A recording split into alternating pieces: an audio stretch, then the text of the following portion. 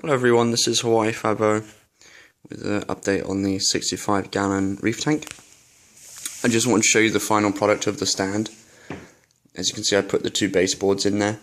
There is a small amount of bowing here on this side, so I think I'm going to have to just reinforce those underneath, so that won't be too much of a problem for me though.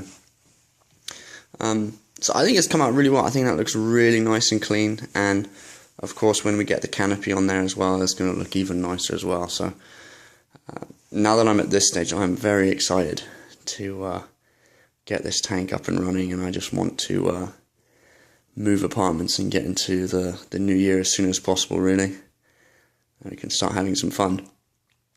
But in this video, I just want to go over what my intentions are so far as the filtration system goes. It's a bit of an odd one, I know, and you know, it's not the most common thing to do, to combine an already existing sump and a refugium together. But I just want to go over my idea of what I see happening and my reasons behind that.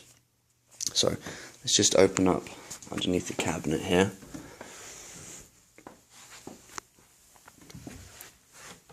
So, firstly, I'll just start off by saying what you're seeing right now are two different sumps. This is a Berlin sump and this is a refugium sump.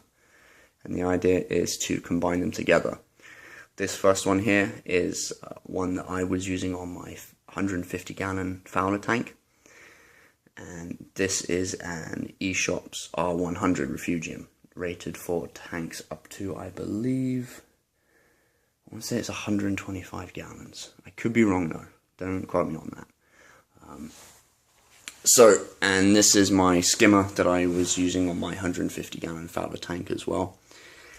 I was putting that in there just for the sake of this video and to also see how easily I could get the collection cup off with 2 inches of room to spare at the top there.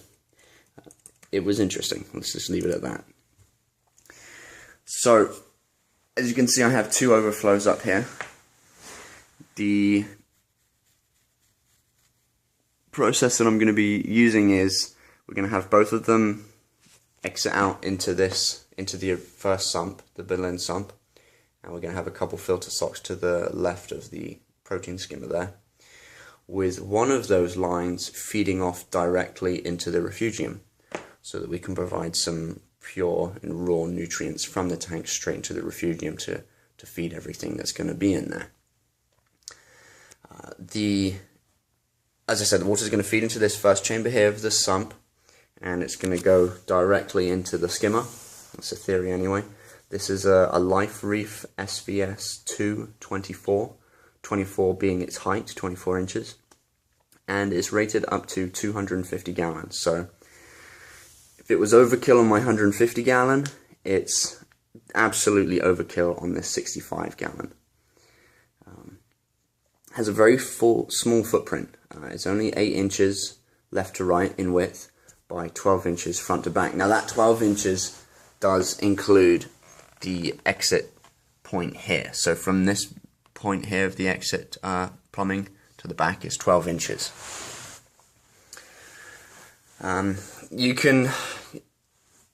It's better to use it in the sump. You don't have to. You can have it external to the sump, but its primary purpose is to use a submersible pump and use it in your sump.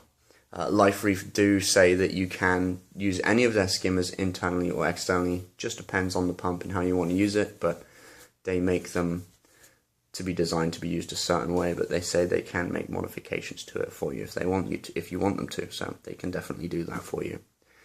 I'm going to be using a Mag 9 on this skimmer. It's rated at 600 to 1200 gallons per hour, the skimmer, so Mag 9 will be perfect for it. I really liked this skimmer on my 150 gallon. It pulled out all sorts of crap and gunge out of my tank that I didn't even know existed. So I definitely wanted to utilize it on this tank as well. So I was very happy with it. So it was my first skimmer. I wanted something basic and simple that didn't require a lot of maintenance with, you know, pretty much zero moving parts to it. I know a lot of the skimmers now, they're, you know, quite technologically advanced compared to what you're looking at here. But for me, the fact that it has a self-cleaning venturi, what that means is that there's no salt clogging, there's no noise, no odor, and no maintenance. Just based off of this design. Super reliable. When I googled the brand and looked in forums, I couldn't see one bad thing about this product and this manufacturer, so well worth the money. You do pay a little bit more money for, you know, what you get, but there's a reason for that. It's kind of like Apple laptops. You pay a little bit more, but there's a reason why you pay more for them versus, you know, your Windows PCs. But I won't get into that. That's, you know, a bit too political. So in the first episode, we're going to have the filter socks, and we're going to have the skimmer, then we have a bubble trap, and then we have the exit chamber.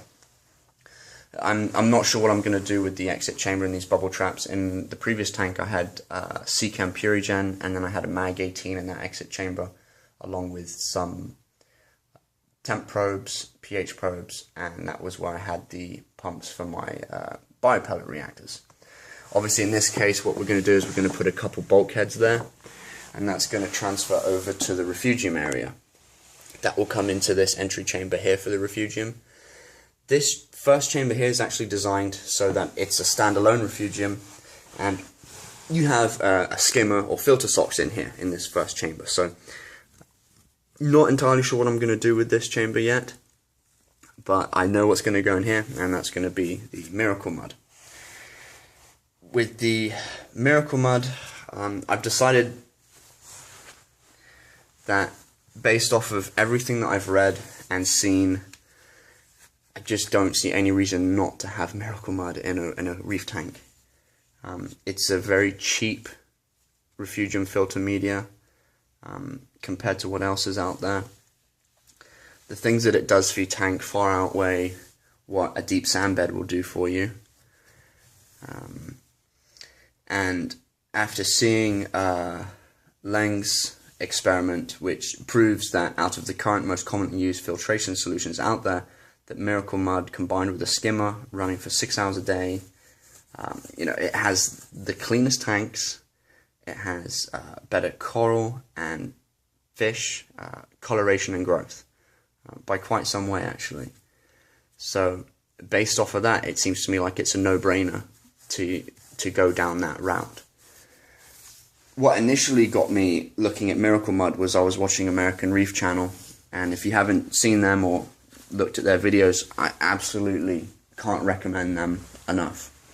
They are probably some of the better channels out there so far as education purposes go, and I've learned a heck of a lot from watching their videos, especially Mike Paletto's and Sanjay Joshi's videos. They're, you know, very well respected in their field. They know what they're doing. They've been doing it for a long time, and you just have to look at their end results to see that, you know, if you want to be successful in this hobby, you want to mirror what these guys are doing. So definitely check those guys out. So with the Miracle Mud, it's supposed to provide trace elements that your tank needs without the need for dosing.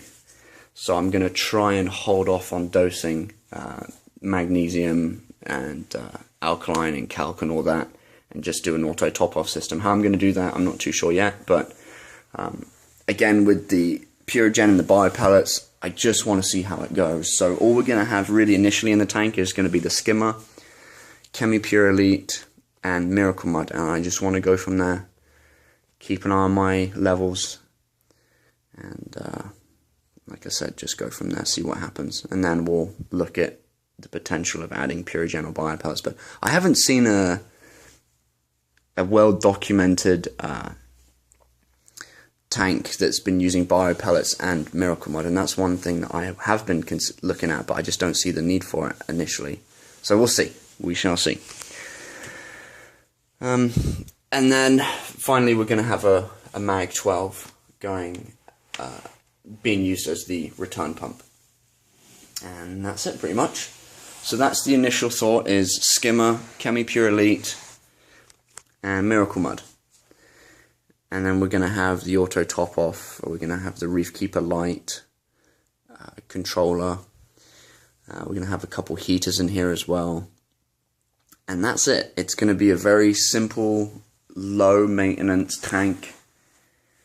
And I'm hoping it's going to enable me to grow some badass corals, combined with a couple radions as well that we're going to use in here. So that's for another time, but yeah, my intention is to use a couple radions, generation 2s, and we'll hope for the best with that.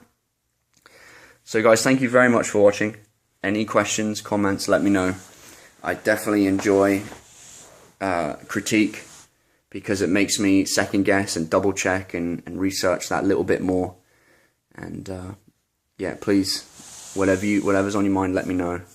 And I'm game for, like I said, any criticism or any ideas that you might have on how you would do things differently. That would be awesome to hear. Okay, thanks very much. Cheers, bye.